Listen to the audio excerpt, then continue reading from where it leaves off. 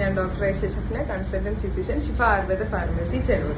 നമ്മൾ പലരും ബുദ്ധിമുട്ടുന്ന ഒരു പ്രധാന രോഗമാണ് വെരിക്കോസ് വെയിൻ.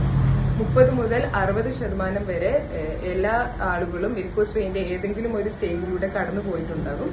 വെരിക്കോസ് വെയിൻ ഏറ്റവും കൂടുതൽ കാണപ്പെടുന്നത് കുറെ സമയം നിന്ന് ജോലി ചെയ്യുന്ന ആളുകളിലാണ്. നമ്മുടെ കാലുകളിൽ നിന്ന് ഹാർട്ടിലേക്ക് പോകുന്ന രക്തധമനിയിൽ ഉണ്ടാകുന്ന ബ്ലോക്കിനെയാണ് വെരിക്കോസ് വെയിൻ എന്ന് പറയപ്പെടുന്നത്. രക്തധമനിയില് വാൾവിനോ അല്ലെങ്കിൽ അതിന്റെ ഭിത്തിയിനോ എന്തെങ്കിലും ഡാമേജ് സംഭവിക്കുമ്പോഴാണ് ഇതുണ്ടാകുന്നത്.